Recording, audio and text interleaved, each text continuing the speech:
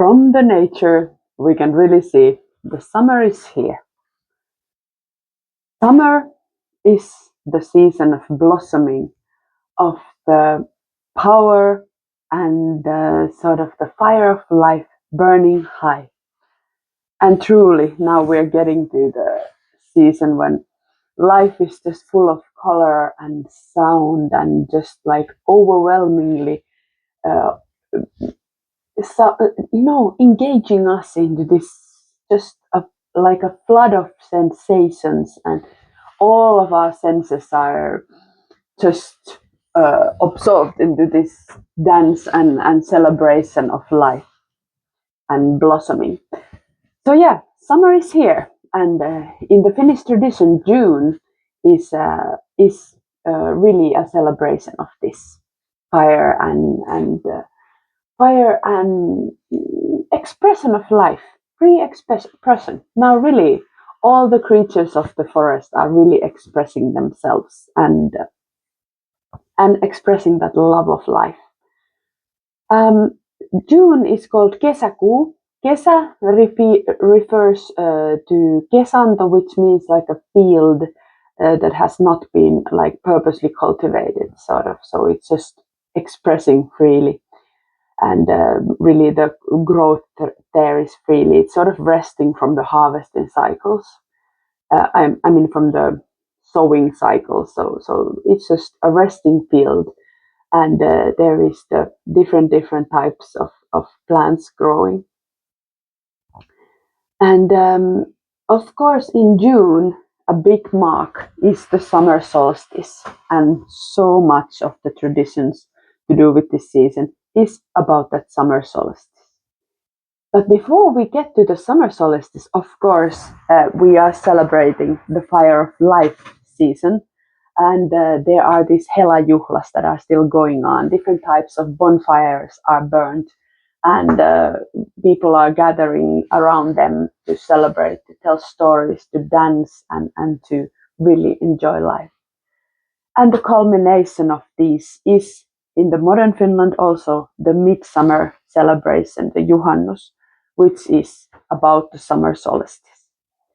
Summer solstice sort of ends this season of fresh fire and these bonfires, because summer solstice marks that now again sun reaches its highest point, rest there for the 3 days, and then it is time for the light to sort of lose, and the darkness starts growing.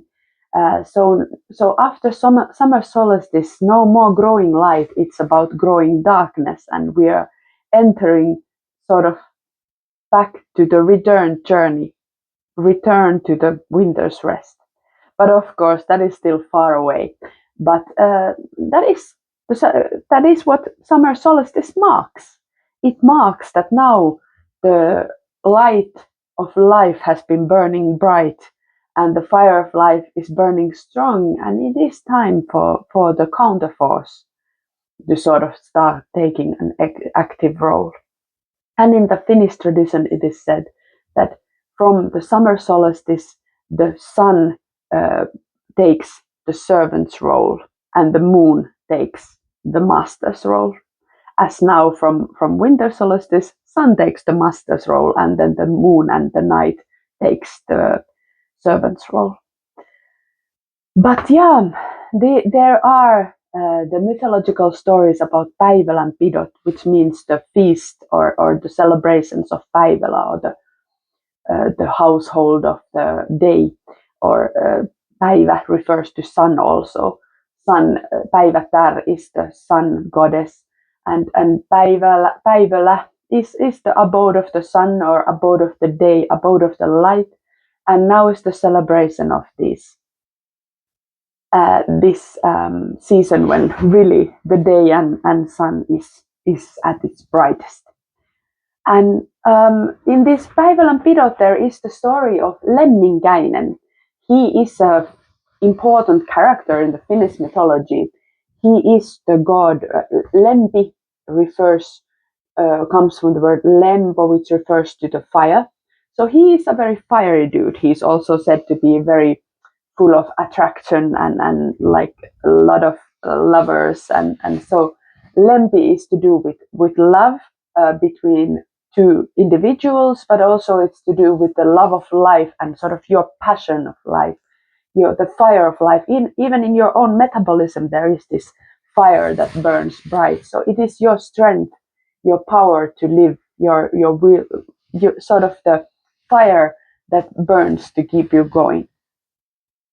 So this Lemminkäinen is a character who has been not invited to this Päivälänpito, to the feast of the Päivälä, and he still hears about it and then makes a quest to go to this feast, and ends up arriving late, and then there is the big confrontation between him and the host of this party or this feast, the master of the Päivälä, and there ends up in some heads being cut, and sort of the tale that how this bright, joyous, blossoming feast of life, this summer, ends up then being cut. The fire of life that gets everything going also ends up then burning bright, and thus we see when fall comes, when autumn comes, that really the fire of sun and fire of life burns so bright that it actually starts then burning everything, start withering away, and thus comes the fall. So yeah, there are nice tales to do with this, and um, a lot of the summer mythology is to do with these fire characters. The other ones that are mentioned, of course, yes, I mentioned Lemminkäinen, important one.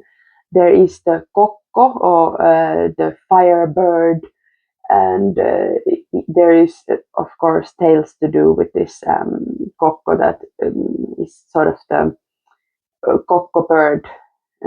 He is the firebird that flies across the skies and takes to the heavens. And this is sort of the enactment also when we're burning our bonfires. The fire takes us to the heavens. And Aarnivalkeat is another fire to do with the midsummer celebrations. They are sort of said to be this sort of mysterious, magical fires that if you, in the midsummer night, you find them, you will realize that there are the elves or the spirits are burning rust away from their treasures, and these fires lead you to the greatest treasures of the worlds. But of course, there are some big beasts like a huge bull that is guarding these treasures, and you have always beasts to conquer when going for the treasures. And another thing, of course, is this Hela fires that I spoke about already in the video to do with May.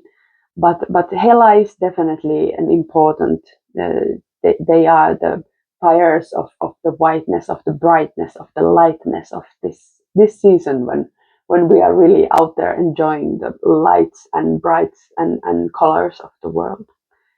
And we also different plants like rowan, different flowers, birch play very important role, and bathing with them in the sauna is very important. But also we decorate our houses with birch is of course the queen of the summer season, but the midsummer pihtas are said to be made out of 9 or even up to 27 different types of trees. So they are usually very mixed, very magical, very a lot of flower power in them. Really, to give you the sense of the fullness of the summer, the blossoming.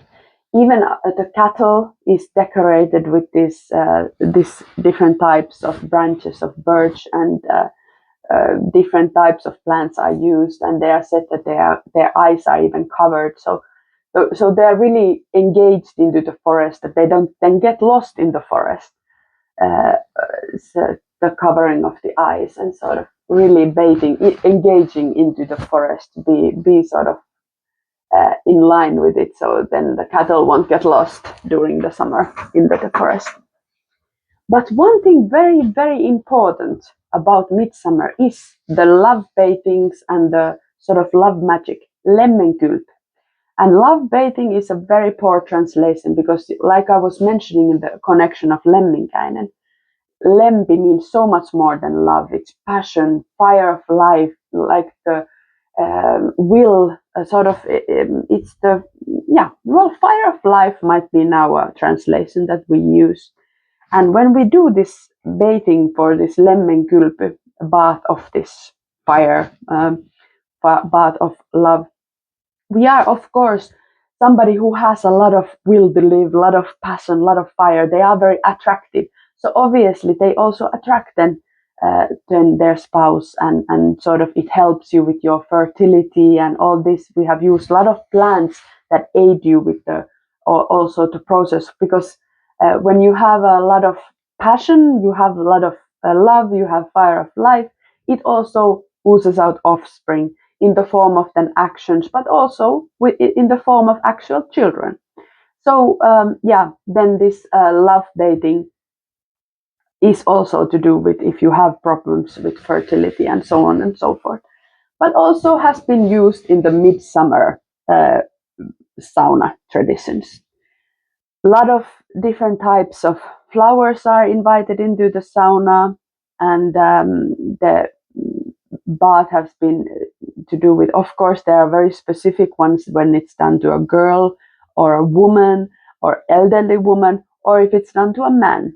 Because, of course, before getting married, summer is the season of getting married also. I mean, the whole world, whole nature is getting married and uniting and giving out offspring. So obviously, it's a very natural time for this process. And in Finland, still, the tradition is that summer season, almost every weekend there is somebody getting married. So very busy season of marriages. And these love baths are done usually before the marriage. Of course, we want a successful marriage full of love and passion, and also that this unison of two brings out nice offspring, not only in the form of children, also in the form of goodness that they give to the world. So these love baths are usually, we have a lot of tradition there. There are eggs. Eggs are, of course, symbol of new life. Egg, inside the egg there is a whole cosmos, whole the whole world. So eggs are very symbolical. Salt has been used to scrub out the old, all the old flames from burning, and also we wash away all the old. We use vihta. We With the vihta we wash away the old life and help the sweat to also bring out this connection between the two.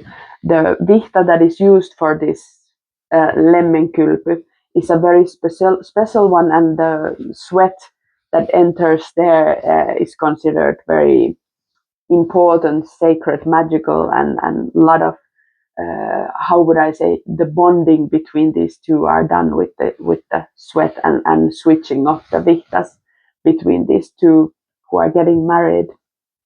And of course, for women, then braiding of the hair has been important part of this love lemmenkylpy before marriage, because when then you're a married woman, your hair symbolizes also that. So no loose hair just flying around like young girls can have.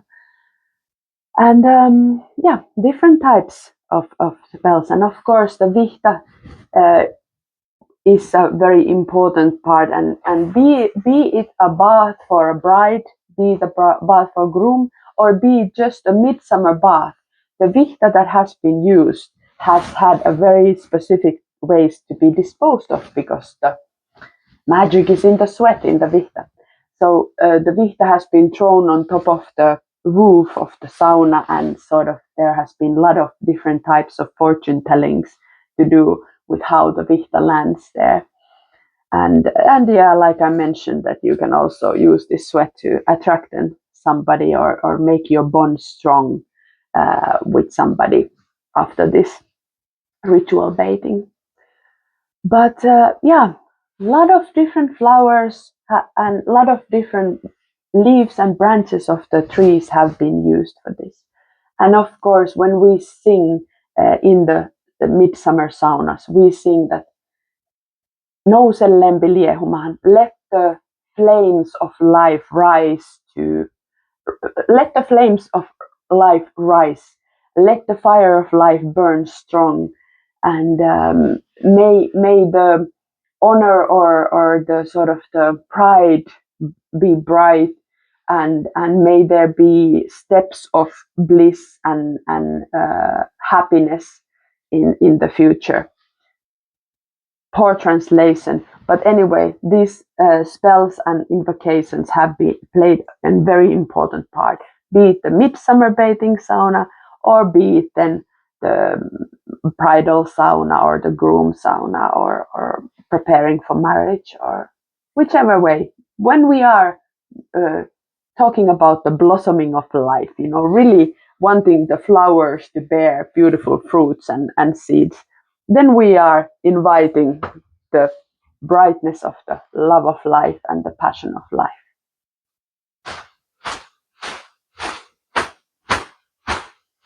Nouse lempi liehumaan, nouse lempi liehumaan, kunnia kumaya maahan, kunnia kumaya maahan, auvoa astua maahan, auvoa astua maahan.